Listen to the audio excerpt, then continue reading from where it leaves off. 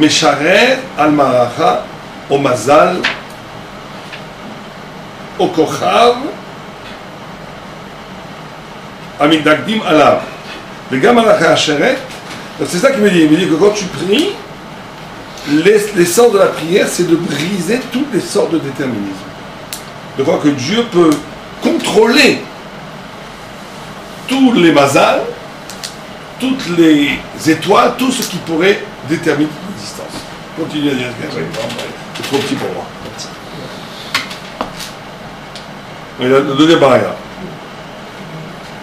בכוונה יותר עצמית, צריכה למתפלל, הוא שיאמין אמונה שלמה, על ידי תפילתו זאת, הקדוש ברוך הוא משדד כל מערכה או מזל או כוכב המנגדים אליו, וגם מלאך השרת הממונים על אותו מזל או כוכב יהיו נכנעים על ביטולם לעשות רצון קודם. Non, je dis autre chose. Je n'ai pas bien dit parce qu'il dit que grâce à la prière, on peut tout changer. Dieu, tu passes d'un système où tu es régi à partir d'un mazal, où tu te mets sous la coupe de Dieu. C'est pas toi qui provoque le défi du déterminisme. C'est avec une vraie prière, tu t'arraches au déterminisme. C'est-à-dire, pas toi tu t'arraches. Tu rentres sous la coupe de Dieu. Tu rentres dans le monde de Dieu. Ouais, continue. והרחמנא ליצלן מלחשוב שצריך המתפלל לבקש מלפני מלאכי השרת שיכניסו תפילתו לפנים, אלא הקדוש ברוך הוא שומע תפילה, מצווה למלאך הממונה על מזל המנגדו, מתבטל חיוב מצבו, רצון יראה ויעשה, שהם המתפללים לפניו בכוונה ראויה. Il dit comme ça. Donc il dit que Dieu nous préserve de penser que celui qui prie doit demander aux malachei sharet, aux anges de faire entrer la tefila chez Akadosh Baruch Hu. Mais c'est Dieu qui écoute la tefila et qui ordonne à l'ange qui est responsable du mazal de la chose qui est concernée, qui veut contrer la tefila, Akadosh Baruch Hu il demande d'être mevatel, d'annuler cette opposition. Pour toi, on imagine qu'il y a un Rosh Hashanah,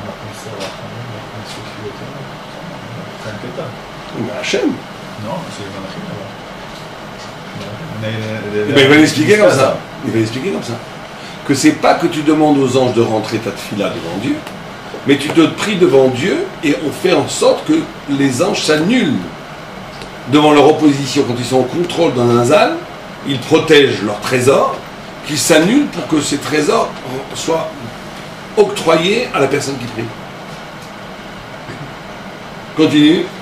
ואם תהיה תפילתו בלשון ארמית, רevient au sujet. pourquoi pas l'aramite? Donc si c'était en aramien, כמנהגו, אין זאת כוונה מספקת להיות נכנעים מלאכי השרת ושתתבטל המערכה. Pour moi c'est un rouge, un peu de rouge, mais il dit que c'est derrière Rapchat. Il dit qu'en vérité, peut-être que Rashi n'est pas d'accord avec ça, parce que le pshat de Rashi Pachou, c'est que c'est les anges qui amènent derrière dans le parcode. Rashi dit les anges amènent la prière dans le parcode. Mais le Kotel il pense que le problème du lachon de prier en aramie, c'est que comme c'est ta langue parlée, tu tombes dans un langage de familiarité qui est l'opposé de l'intimité. La proximité avec Dieu sous-tend paradoxalement non pas une familiarité, mais un écart de proximité. Plus tu te rapproches de Dieu, plus tu trembles devant l'infinie distance qui te sépare de Dieu.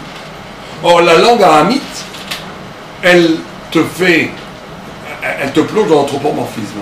Tu parles à Dieu comme à ton ami, comme à ton père, comme à ton grand-père. Et là, on est dans la catastrophe. Parce qu'on est là, quand on est dans cette prière-là, dans une prière qui passe à côté de l'essence de la prière, et qui n'a pas la force d'annuler les mazalotes qui vont contre le dépassement de ton mazal. Ouais, continue. אבל כאשר יתפלל בלשון הקודש, donc pour lui aramis c'est pas seulement aramis, c'est toutes les langues. La première langue. שבו נברא העולם, מלאכי השרת משתמשים בו, alors donc si pris en lashon הקודש. Non, il dit que comme c'est la langue que les anges utilisent, c'est qu'on rentre dans un système de louange divin. Tu rentres dans la langue de l'absolu. Tu rentres dans la langue de l'absolu. Tu n'es plus dans la langue relative. Donc on est dans un autre système. Il ne peut pas y avoir de... La familiarité n'est pas possible. La familiarité n'est pas possible parce que tu es dans la langue de la transcendance. Pourtant, on a qu'à du sang. Oui, mais le Kaddish, justement, c'est pas de demander quelque chose. Le Kaddish, c'est une louange pure. Alors, si c'est une louange pure, que tout le monde doit choisir, comprendre. Il faut le faire en hébreu, c'est encore mieux. Oui, mais quand vous voulez que tout le monde la comprenne, que tout le monde ne comprenait pas l'hébreu, on l'a fait on voulait masdik le din dans le Kaddish, on voulait faire l'évangile. Donc pour ça, tout le monde devait le comprendre. Mais c'est pas une prière. La prière, c'est je connais, c'est. Ouais, continue. On pourrait pas en français alors. On pourrait, mais bon, aujourd'hui, le français, c'est tellement connoté, une connotation tellement chrétienne qu'on ne peut plus prier en français aujourd'hui. Dès que tu parles en français, tu es assailli par la résonance du pape. Oh, mais même amen, on peut dire. Oh, mais. On peut dire, oh, mais. Vas-y, continue. Donc s'il prie en lâchant un Kodesh, donc à ce moment-là, ראויה תפילתו להתקבל, ומלאכי השרת עצמם מיישרים ומכניסים אותה תפילה לפנים מן הפרגוד. הוא רוצה לומר, ce qui va expérimenter quoi qu'il rentre מתחת לפרגוד, שבמאמרו יתברך, תהיה מערכה בטלה. Exactement. Ça veut dire que lui, il a complètement renversé le système. C'est pas que l'ange t'amène ta prière derrière le pargode, il n'y a pas d'intermédiaire dans la tefila entre toi et Dieu, aucun intermédiaire. Même pour véhiculer la prière. Tu pries devant Dieu. Dieu est toujours devant toi. Simplement, si tu pries avec en vérité, c'est pas que l'araméen, tu peux prier en hébreu et avoir le même problème. Si tu pries avec une kavana de familiarité, comme si tu parlais à un homme, tu es complètement dans le déterminisme du mazal. Et donc ta prière va nulle part. D'accord, en hébreu, c'est choné peut-être, c'est peut-être différent en hébreu. Même en hébreu, tu peux très bien utiliser l'hébreu. Oui, parce que c'est la chose bonne ivra olam, c'est ce qu'il dit, ouais. Comme dans beaucoup de la khote, on voit toujours. Il y a une objectivité de la langue. Une objectivité de la langue. Il y a une objectivité, c'est sûr. Mais on peut mécalquer cela. Je suis persuadé qu'on peut jusqu'à mécalquer cela. Il y a une dimension, bien sûr, comme ça, objective, de la force de l'hébreu, qui est la langue en soi, qui n'est pas juste un langage de signes qui parle de l'être, mais qui est l'origine de l'être. Donc c'est l'être en soi, c'est l'essence en soi. Et donc cette langue-là a le pouvoir de renverser le mazal. Et c'est ça le pshat qu'il veut donner dans Rashi. Qu'il rentre la prière derrière le pargode. Pas qu'ils s'intéressent, c'est qu'eux-mêmes vont être annulés devant la puissance de ta prière. Et eux-mêmes vont accepter de donner ce qu'ils sont censés protéger dans le mazal. Ils vont amener ce que tu as demandé. Pas comme intermédiaire, mais comme conséquence de la puissance de ta prière. Tu dis de côté.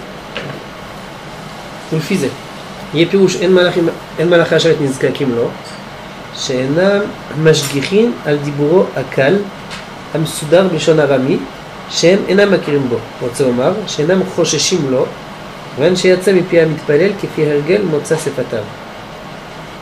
Donc c'est pas une prière. Quand c'est pas une prière, ils sont absolument... La prière a le pouvoir de faire plier les anges. La prière a le pouvoir de faire plier la volonté des anges. Mais ça, c'est une prière en hébreu, ça veut dire une prière qui invoque la langue de l'absolu et de l'essence. Mais si tu pries blablabla comme tu parles, c'est pas qu'ils ne connaissent pas la main, ils le connaissent très bien d'après le côté. Simplement, ils ne font pas attention parce que ça n'a pas le nom d'une vraie prière qui peut modifier le mazal tenu dans les mains des anges. Mais ça reste quand même... Franchement, je trouve ça génial comme ça. Oui, mais c'est pas à eux de faire attention, c'est à Dieu de leur dire de se pousser le point. C'est ça, c'est non pris à Dieu. Après, non, parce que Dieu, bien sûr, Dieu il fait ce qu'il veut. Mais n'oublions pas que la prière, c'est toujours qu'on se batte contre les anges. C'est-à-dire qu'il y a un système qui t'entoure. Si tu pries, c'est que tu as besoin de quelque chose. Si tu as besoin de quelque chose, c'est qu'on ne te l'a pas donné. Si on ne te l'a pas donné, c'est que tu as des forces spirituelles qui t'empêchent que tu les aies. C'est clair. Alors, ces forces spirituelles qui t'empêchent que tu les aies, elles font leur boulot. Tu n'as pas le droit d'avoir cela, il faut les faire plier. Donc, comment Dieu, ta prière va arriver devant Dieu pour changer le destin que si elle est dans cette intériorité qui est possible avec la langue hébreu. Si tu pries en araméen, ça vient Lachon Melumada, comme Lachon Kal, la légèreté du discours, qui est un discours de même niveau pratiquement que tu utilises dans le Chol, ta prière n'a pas d'affect, donc les anges gardent leur patrimoine et ne te donneront pas. C'est ce qu'il dit ici. Ça fait ça dans la tefila. Ouais. Exactement. C'est ça qu'il a voulu dire Be'erer Amit Palel, relatif aux prieurs. C'est pas quelque chose d'objectif. Il a fait un renversement ici extraordinaire, où on était dans une vision un peu naïve d'envoi de ballon dans le ciel à travers des anges ailés qui montaient tes mots vers le ciel. Bon, il y en a sûrement plein qui pensent comme ça. Il a dit non, c'est pas du tout ça le chat. Dieu est là, tu n'as pas besoin d'envoyer au ciel, il est là, il est devant toi. Mais pour que ta parole atteigne l'écoute de Dieu qui va avoir la capacité de briser le déterminisme qui est gardé par les anges, il faut que tu aies une kavana, une parole de puissance essentielle qui va faire plier les anges. Sans ça, ta parole reste dans l'être. Alors c'est du redondant, c'est un ronronnement, une redondance qui n'a aucun affect. Et donc les anges ne t'écoutent pas et donc ils ne donneront rien du tout. Donc celui qui ne sait pas parler en hébreu, il est foutu. Après ça. Mais non, au contraire, parce que tu dis que, après, si tu prends en français avec Kavana, c'est bon aussi. Si tu prends en araméen avec Kavana, si tu prends moi c'est pour ça que je suis pas d'accord avec, enfin je suis d'accord avec le Dani, mais je pense que c'est pas assez suffisant. C'est plus important la Kavana que l'objectivité de la langue. Quelqu'un qui va prier en français avec véritablement l'effroi de la présence de Dieu va avoir une fila qui va arriver infiniment plus forte que quelqu'un qui va prier en hébreu, connaissant chaque mot et qui prie blablabla. C'est évident. Il a détaché la notion d'hébreu, d'araméen et d'hébreu. Ce qui est important, c'est les kavana, obé, au tfilakal. Une parole qui n'est pas lourde. Tu peux très bien arriver à cette lourdeur du sens, à cette pesanteur, à cet effroi à la proximité de Dieu, qu'est l'intimité sans familiarité, en français. Simplement, on te dit, objectivement, utilise l'hébreu parce que l'hébreu est en soi la langue de la transcendance. Et le français est en soi la langue de la familiarité. C'est évident. Mais tu peux renverser tout ça. Et pourquoi les Gemara parce qu'il faut que tu sois familier avec. La Gemara, il faut être familier. La Tfila, il faut être dans l'effroi. La Gemara, il faut être comprendre. Les gens qui disent la Gemara, oh, c'est cadeau, je ne comprends rien. Les gens qui sacralisent trop la Gemara, ils ne comprennent rien. La Gemara, il faut t'arracher le dos, il faut dire, mais je comprends rien à ce Rashi, mais qu'est-ce qu'il me raconte? Il faut dire, mais qu'est-ce que la Gemara, il nous veut? Il faut se frotter avec la Gemara. Moi, c'est toi, cheval paix. C'est toi, cheval paix? On va parler. Très bon, on a fini de l'autre côté? Non, on a un petit mot. Non, encore. Allez, c'est lâché. ואם היו...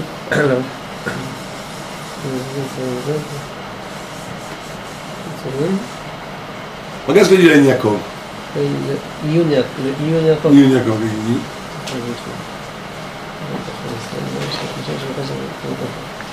אין חידושינו סוטה דווקא בדיון. מה chercher סוטה. Bon, il y a d'autres pirouches. Sur la droite là. À droite, c'est intéressant. À droite là. חידוש עליונים. חידוש עליונים. Bétini. Si quelqu'un va chercher Sota dans un Yaakov, pourquoi pas? C'est là-bas. Et je vais faire le maral aussi. Oui, il nous reste encore. On reste 3-4 minutes. Vas-y, tu vois. T'as tout fait là. Le riff, il y a un riff là. Il n'y a pas de riff. On a du M7. Oh, c'est bien. Qu'est-ce qu'il y a M7? היה מה שכתב תוספות, ויש שפירשו, הם מכירים, היינו דן אהוב להם לשון ארמי. Oui, comme le côté. היה מה שכתב בכותב.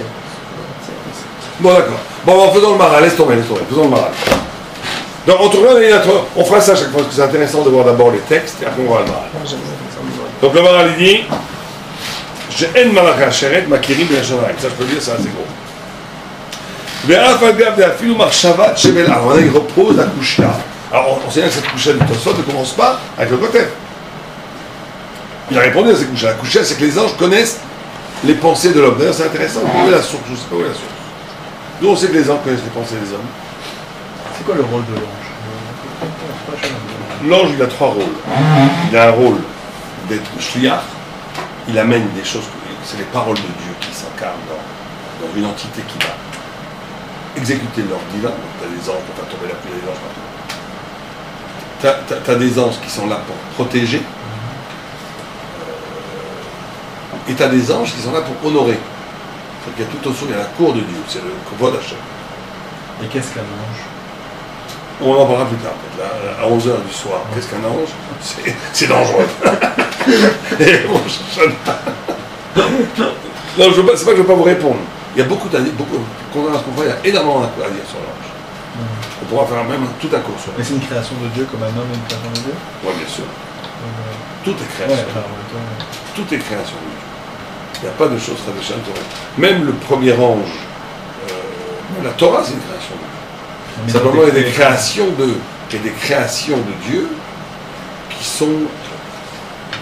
Mais je ne veux pas trop parler de ça, parce que c'est très profond et ça prête, surtout quand ça passe sur Internet, ça prête à toutes les erreurs possibles. C'est-à-dire qu'il y a des créations qui ne sont pas sur le modalité de la création. Il y a des créations qui sont des créations. Il y a des créations qui sont des créations, bien entendu. Mais nous, on ne les verrait pas comme une création. On les verrait comme une émanation de la lumière divine. Il y a des anges beaucoup plus hauts que les anges qu'on connaît, qui sont les anges. On peut les confondre Dieu présent avec Dieu. Il y a plein de gens qui font cette erreur. Pourquoi? Parce que c'est nous, on perçoit ça de Dieu. C'est la façon dont Dieu se révèle. Mais c'est aussi l'émanation de Dieu. Est-ce que la révélation divine, c'est une création ou pas? Quand Dieu se révèle à Moïse, c'est une création, sa révélation? Ou il laisse entrevoir à l'homme sa gloire? Pas l'entrevoir. Une création. Non, c'est toujours une création. Pour nous, Dieu n'a pas d'essence, il est au-delà de l'essence. Il n'est pas quelque chose qui se laisse voir par une émanation. Mais c'est une création, c'est une création qui n'est pas sur l'ordre de la création, c'est la complication. C'est pas qu'il crée ex nihilo quelque chose. C'est que son déploiement vers la créature, en tant que créateur, provoque dans le